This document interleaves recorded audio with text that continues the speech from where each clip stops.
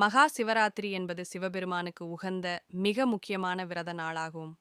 மாசி மாதம் தேய்பிறை சதுர்த்தசி திதியில் இது கொண்டாடப்படுகிறது. இந்த மகா சிவராத்திரியின் சிறப்புகள் மற்றும் வழிபாட்டு முறைகள் இதோ.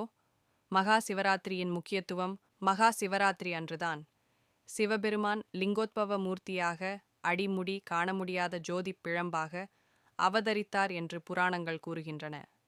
மேலும் தேவர்களும் அசுரர்களும் பார்க்கடலை கடைந்தபோது வெளிவந்த ஆலகால விஷத்தை சிவபெருமான் உண்டு உலகை காத்த இரவும் இதுவே ஆகும்.